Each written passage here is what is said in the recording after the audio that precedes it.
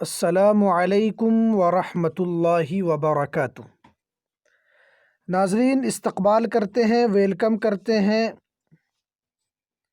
آپ کے اپنے ہی یوٹیوب چینل ارشاد اسٹوڈیو ٹی وی میں۔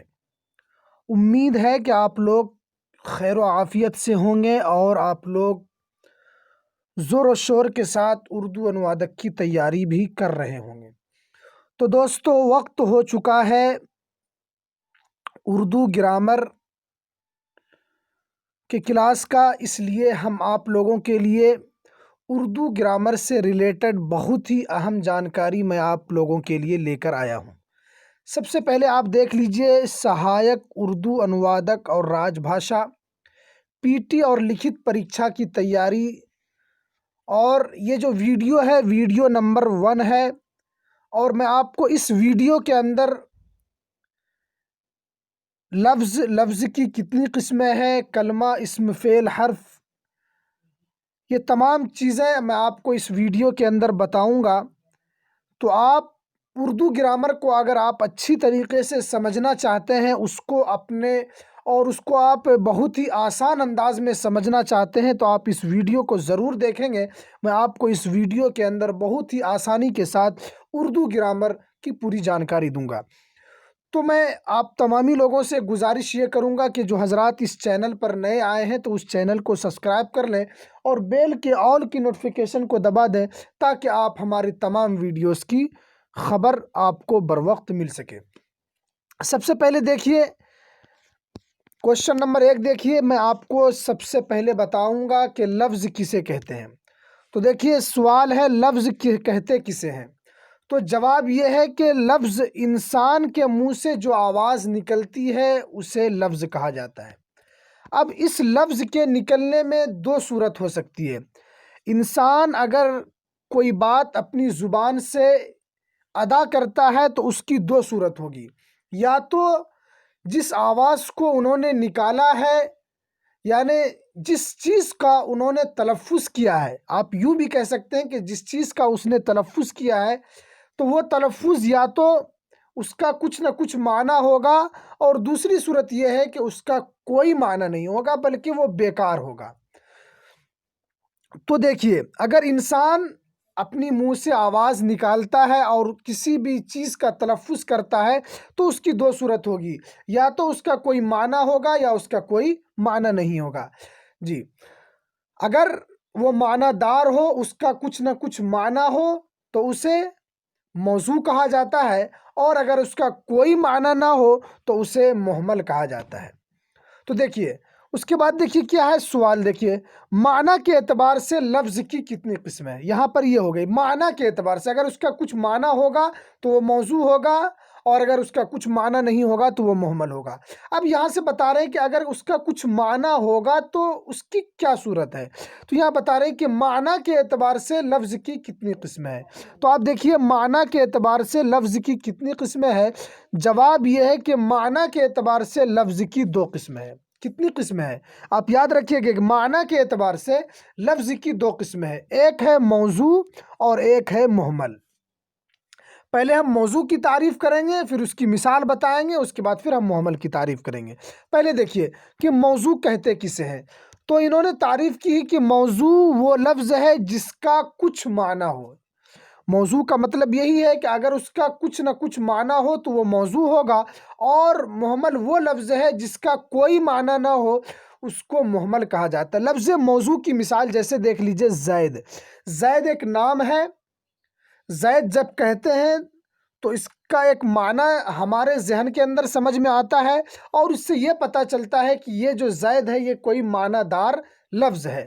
آپ اگر اسی کا الٹا کر دیں، زید کی جگہ پر آپ کر دیں دائز، جی دائز کر دیں، تو یہ مہمل لفظ ہو جائے گا، اس لیے کہ دائز کا معنی لغت کے اندر کچھ ہے ہی نہیں ہے۔ زید کا تو معنی ہے لیکن دائز کا کوئی معنی نہیں ہے، تو یہ ہو جائے گا دائز، یہ مہمل ہو جائے گا۔ اگر کوئی شخص اپنی زبان سے دائز کا تلفظ کرتا ہے تو یہ لفظ مہمل ہوگا، موضوع نہیں ہوگا، اور اگر کوئی زید کا استعمال کرتا ہے تو یہ موضوع ہوگا، اس لیے کہ اس کا ایک معنی ہے۔ ٹھیک ہے، تو دیکھ لیا آپ نے کہ معنی کے اعتبار سے لفظ کی دو قسمیں ہیں، ایک موضوع ہے ایک محمل۔ موضوع کی بھی آپ نے تعریف دیکھ لی، اب محمل کی بھی تعریف دیکھ لی۔ اس کے بعد دیکھیے اب جی سوال دیکھیے، لفظ موضوع کی اب کتنی قسمیں؟ آپ نے لفظ موضوع کی تعریف کی کہ موضوع اس لفظ کو کہتے ہیں جس کا کچھ نہ کچھ معنی ہو، اور محمل جس کا کوئی معنی نہ ہو اس کو محمل کہا جاتا ہے۔ اب دیکھیے لفظ موضوع کی کتنی قسمیں ہیں جی۔ اب لفظ موضوع، سب سے پہلے آپ موضوع سے اٹھائیے، اس کے بعد پھر یہاں سے اب چلتا جائے گا لفظ موضوع کے اوپر، اب پوری بحث چلے گی۔ سب سے پہلے دیکھیے لفظ موضوع کی کتنی قسمیں ہیں، تو جواب یہ ہے کہ موضوع جو ہے اس کی دو قسمیں۔ لفظ موضوع یعنی جس کا کچھ نہ کچھ معنی ہے، اب اس کی دو قسمیں ہیں، جواب ہے مفرد اور مرکب۔ اب مفرد کی تعریف کریں گے، پھر اس کی مثال، پھر مرکب کی تعریف، پھر اس کی مثال۔ اس کے بعد دیکھیے مفرد کسے کہتے ہیں؟ مفرد، تو مفرد کی تعریف انہوں نے یہ کی ہے کہ مفرد وہ اکیلا اور تنہا معنی دینے والے لفظ کو مفرد کہتے ہیں۔ مفرد کسے کہتے ہیں؟ جو اکیلا ہو اور تنہا معنی دینے والا ہو اسے مفرد کہا جاتا ہے۔ اگر آپ صرف با کہتے ہیں، تا کہتے ہیں تو یہ مفرد نہیں ہے، آپ اس کے اندر غلطی نہ کریں۔ مفرد کسے کہتے ہیں؟ یہ تو ہو جائے گا تا اگر آپ لکھتے ہیں تو یہ مفرد نہیں ہے بلکہ یہ حرف ہے۔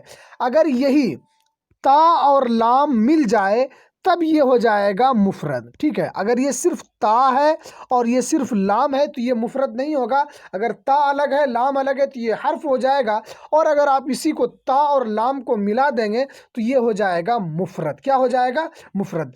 تل، تو یہ کیا ہو جائے گا؟ مفرد ہے، یہ اکیلا بھی ہے اور تنہا معنی دے رہا ہے، اسی وجہ سے اسے کہا جائے گا مفرد۔ جیسے آپ مثال میں دیکھیے، جیسے مکان، مکان یہ کیا ہے؟ مفرد ہے، اور یہ ایک معنی دے رہا ہے کہ مکان کا مطلب یہ ہے کہ ایک گھر ہے۔ انجام، انجام بھی یہ مفرد ہے، اس سے سمجھ میں آ رہا ہے کہ انجام جی، تو مکان، انجام وغیرہ یہ مفرد ہے۔ کیا ہے؟ مفرد کی مثال ہے۔ تو آپ نے سمجھ گئے، اگر آپ صرف با کہتے ہیں تو یہ مفرد نہیں ہوگا، آپ اگر لام لکھتے ہیں تو یہ مفرد نہیں ہوگا، اگر آپ میم لکھتے ہیں تو یہ بھی مفرد نہیں ہوگا بلکہ یہ حرف ہوگا جی، حرف ہوگا یہ جی۔ اس کے بعد دیکھیے مرکب، دیکھیے مرکب کسے کہتے ہیں؟ تو مرکب وہ لفظ ہے جو دو لفظوں سے مل کر بنے، اسے مرکب کہا جاتا ہے جی۔ مرکب وہ لفظ ہے جو دو یا دو سے زیادہ معنی کو بتائے، اسے مرکب کہا جاتا ہے۔ کیا ہے؟ جو دو لفظوں سے مل کر بنے وہ بھی کہہ سکتے ہیں، یا دو سے زیادہ معنی بتائے اسے مرکب کہا جاتا ہے۔ جیسے کتب خانہ، جیسے آپ دیکھ رہے ہیں کتب خانہ، تو کتب خانہ یہاں پر دو لفظ مل کر یہ ایک لفظ بنا ہے۔ جیسے کتب، کتب جانتے ہیں یہ کتاب کی جمع ہے، اور خانہ کے معنی آتے ہیں گھر کے، تو یہ دو چیز مل کر یہاں پر ایک مرکب کا معنی دے رہا ہے، یعنی کتب خانہ یعنی کتابوں کا گھر۔ اس کے بعد دیکھیے گلستان جی، گل ایک الگ ہے اور استھان ایک الگ ہے، تو یہ دونوں مل کر یہاں پر ایک معنی دے رہا ہے۔ تو اس کا مطلب یہ ہے، یہ مرکب جب دو لفظ مل جاتے ہیں تو وہ مرکب کہلاتا ہے، اور وہاں پر وہ الگ معنی دیتا ہے، یعنی مرکب والا معنی دیتا ہے۔ آپ سمجھ گئے ہوں گے، مفرد بھی سمجھ گئے ہوں گے اور مرکب بھی سمجھ گئے ہوں۔ اگر آپ کو اس کے اندر کوئی ڈاؤٹ ہوتا ہے تو آپ ہمیں کمنٹ ضرور کریں، انشاءاللہ اس ڈاؤٹ کو دور کرنے کی کوشش کی جائے گی۔ اس کے بعد دیکھیے، اب آپ نے دیکھ لی کہ لفظ موضوع کی دو قسمیں ہیں، مفرد اور مرکب۔ اب اس کے بعد دیکھیے، اور دوسری ایک بات یہاں پر یہ ہے کہ نوٹ، یہاں پر ایک نوٹ یہ ہے کہ لفظ موضوع کو علم صرف میں کلمہ بھی کہا جاتا ہے جی۔ لفظ موضوع جو ہے، آپ اس بات کو ہمیشہ یاد رکھیں، اگر آپ کا کسی بھی ایگزام کے اندر یہ آ جائے گا کہ کلمہ کی کتنی قسم ہے جی، کلمہ کی کتنی قسم ہے، یہ کہہ جائے، موضوع نہ کہے، وہاں پر آپ کو کہہ دیا جائے کہ کلمہ کی کتنی قسم ہے، تو وہاں پر آپ مسٹیک نہ کھائیں، آپ کہہ سکتے ہیں کہ کلمہ کی دو قسمیں ہیں، مفرد اور مرکب، اس لیے کہ لفظ موضوع کو علم صرف میں کلمہ بھی کہا جاتا ہے، گویا کہ لفظ موضوع کا دوسرا نام ایک کلمہ بھی ہے، اس لیے آپ اس کو یاد رکھیں گے۔ اس کے بعد دیکھیے سوال، دیکھیے اب جی، کلمہ کی اب کتنی قسمیں؟ کلمہ یعنی لفظ موضوع کی، پھر اس کے بعد قسمیں نکالنا۔ لفظ موضوع کی دو قسمیں ہوئی تھی، مفرد اور مرکب، اب پھر یہاں پر یعنی لفظ موضوع کی قسم ہو رہی، یعنی کلمہ کی کتنی قسمیں؟ تو جواب دیکھیے، جواب ہے 3 قسمیں۔ اب کیا کیا ہے اور کیا کیا اس کی تعریف ہے، کیا مثال ہے، آپ پھر اس کو اس ویڈیو کے اندر سمجھیے جی۔ 3 قسمیں کیا کیا ہے؟ پہلا ہے اسم، اس کے بعد فعل ہے، اس کے بعد کیا ہے؟ حرف ہے جی۔ اس کے بعد تینوں کی تعریف کرتے ہیں، پھر اس کو مثال سے ہم سمجھتے ہیں جی۔ کیا ہے؟ کلمہ کی کتنی قسم ہے؟ تو کلمہ کی 3 قسمیں ہیں، اسم، فعل اور حرف جی، اسم کی کتنی قسم جی؟ تو کلمہ کی کتنی قسمیں؟ 3 قسمیں ہے، اسم، فعل، حرف۔ اسم کی تعریف دیکھیے، اسم کیا ہے؟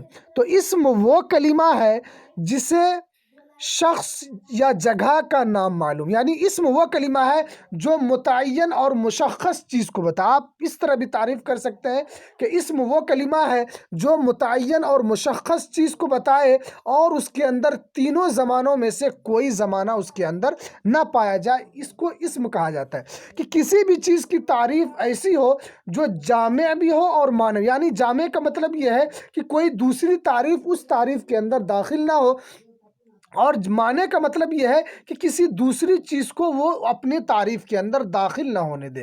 تو اسم کی تعریف آپ یہ کہہ سکتے ہیں کہ اسم وہ کلمہ ہے جو کسی متعین اور مشخص چیز کو بتائے اور تینوں زمانوں میں سے کوئی زمانہ اس کے اندر نہ پایا جائے، ٹھیک ہے؟ یہ ہے اسم، ٹھیک ہے؟ اس کے بعد دیکھیے فعل۔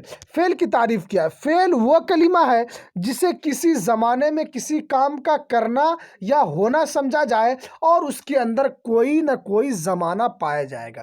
فعل وہ کلمہ ہے جو کسی زمانے میں کسی کام کا کرنا یا ہونا سمجھا جائے اور اس کے اندر کوئی نہ کوئی زمانہ پائے، چاہے وہ ماضی کا زمانہ پایا جائے، مستقبل کا، یا حال کا زمانہ، یعنی اس کے اندر کوئی نہ کوئی زمانہ پایا جائے۔ جیسے آپ مثال سے سمجھیں، جیسے وہ آیا، جیسے آیا، آتا ہے، کرے گا، جا رہا ہے، یعنی آیا اگر فوراً آیا تو وہ حال کا زمانہ ہے، اور آتا ہے جو تو مستقبل کا ہے، اور کرے گا تو وہ بھی مستقبل کا ہے، یا آیا تھا تو وہ آپ بھی بول سکتے ہیں کہ آیا تھا تو وہ ماضی کا زمانہ ہے۔ تو یہ مثال ہے، ٹھیک ہے؟ تو فعل وہ کلمہ ہے جو کسی زمانے میں کسی کام کا کرنا یا ہونا سمجھا جائے اور اس کے اندر کوئی نہ کوئی زمانہ پایا جائے، وہ فعل ہوتا ہے، اور اس کے اندر کوئی نہ کوئی، چاہے وہ ماضی کا زمانہ ہو یا حال کا زمانہ ہو یا مستقبل کا زمانہ ہو، کوئی ایک زمانہ اس کے اندر پایا جانا ضروری ہے۔ اس کے بعد دیکھیے حرف۔ حرف کیا ہے؟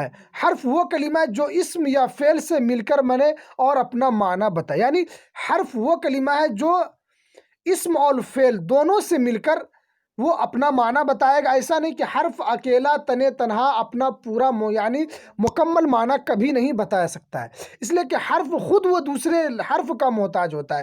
جب تک دو حرف ایک ساتھ نہیں ملیں گے تب تک وہ کوئی کلمہ، کوئی جملہ وہ مکمل نہیں ہو سکتا ہے۔ اسی لیے حرف کی تعریف کی جاتی ہے کہ حرف وہ کلمہ ہے جو اسم یا فعل سے مل کر، یعنی اسم یا فعل دونوں میں سے مل کر بنے اور اپنا معنی اسی وقت دے گا۔ جیسے آپ مثال دیکھیے، پر آپ کہتے ہیں تو یہاں پر اپنا پورا معنی یہاں پر نہیں دے رہا ہے۔ پر آپ اس کا کوئی معنی آپ کو سمجھ میں نہیں آ رہا ہے کہ پر کا معنی کیا ہے، جب آپ اس کے شروع یا اس کے آخر میں کوئی چیز لگائیں گے تب آپ کو سمجھ میں آئے گا کہ اس کے دکان پر، جیسے آپ پر لکھ رہے ہیں، اگر آپ اس کے شروع میں لکھ رہے ہیں اس کے دکان پر ایک چور آیا ہے، تو اگر آپ نے پر سے پہلے کوئی لفظ بڑھایا یا اس کے بعد بڑھایا تو یہ دونوں چیز آپ کو ملا کر پھر تب یہ حرف یہ ایک پورا معنی بتاتا ہے۔ اس کے بعد دیکھیے، اب ہو گیا اسم، فعل، حرف، تینوں کی تعریف دیکھ لی۔ اس کے بعد دیکھیے اب دیکھیے زمانہ۔ کوشچن دیکھ لیجئے، زمانہ کے اعتبار سے زمانہ کی کتنی قسمیں ہیں؟ سب سے پہلے دیکھیے زمانہ کی کتنی قسمیں ہیں۔ تو آپ جانتے ہیں کہ زمانہ کی 3 قسمیں ہیں، 3 ہی زمانہ اردو یعنی علم صرف کے اندر ہے۔ ایک ماضی کا زمانہ ہے، ایک حال، ایک مستقبل۔ اب تینوں کی تعریف دیکھ لیں، اس کے بعد پھر مثال سے سمجھتے ہیں۔ پہلا ہے، آپ کسی طرح بھی لے سکتے ہیں، چاہے ماضی لیں، حال لیں، مستقبل لیں۔ سب سے پہلے حال کو ہم اٹھاتے ہیں۔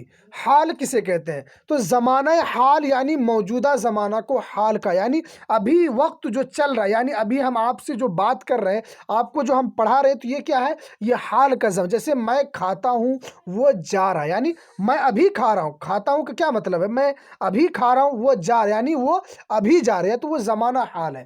زمانہ حال کا مطلب جو موجودہ زمانہ کو بتائے اسے زمانہ حال کہا جائے۔ جیسے میں کھاتا ہوں، وہ جا رہا ہے، وہ ابھی جائے گا، ٹھیک ہے؟ اس کے بعد دیکھیے ماضی۔ دیکھیے ماضی کسے؟ ماضی گزرے ہوئے زمانے کو ماضی کے، جیسے آپ مثال سے سمجھیے کہ وہ آیا تھا، یعنی وہ پہلے ہی آیا تھا، یعنی 2 سال پہلے آیا تھا، اسی کو بتا رہا ہے کہ وہ آیا تھا، یعنی 2 سال پہلے آیا تھا۔ احمد نے کتاب پڑھی، یعنی احمد نے کتاب پڑھی تھی، یعنی احمد نے کتاب پڑھی، یعنی پہلے ہی پڑھی تھی، 2-3 سال پہلے پڑھی تھی، تو اسی کو کہا جاتا ہے کہ ماضی، یعنی گزرے ہوئے زمانے کو ماضی کہا جاتا ہے، یعنی جو گزر چکا ہو اسے ماضی کہا جاتا ہے۔ جیسے مستقبل دیکھیے، اس کے بعد زمانہ مستقبل، آنے والے زمانے کو کیا کہا جاتا ہے؟ زمانہ مستقبل۔ جیسے وہ آئے گا، میں کھاؤں گا، تم پڑھو گے، یعنی ابھی وہ کھایا نہیں، یعنی وہ آگے آنے والے زمانے میں کھائے گا، وہ آیا نہیں، وہ آگے آئندہ یعنی 2 مہینے کے بعد آئے گا، تم پڑھو گے، ٹھیک ہے؟ تو یہ سب کیا ہے؟ یعنی وہ آیا ہے نہیں ہے، وہ آئے گا، یعنی 2-3 مہینے کے بعد آئے گا، 4 مہینے یعنی 1 سال کے بعد آئے گا۔ اس کے بعد دیکھیے زمانے کے اعتبار سے فعل کی کتنی قسمیں ہیں؟ جی، زمانے کے اعتبار سے فعل کی کتنی قسمیں ہیں؟ تو دیکھیے زمانے کے اعتبار سے فعل کی 6 قسمیں ہیں۔ جی، کیا ہے؟ فعل کی 6 قسمیں ہیں۔ اگر آپ صرف ماضی کی بات کریں گے تو ماضی کے اندر بھی 6 زمانہ ہے، لیکن زمانے کے اعتبار سے فعل کی کتنی قسمیں وہ آپ دیکھ لیجئے۔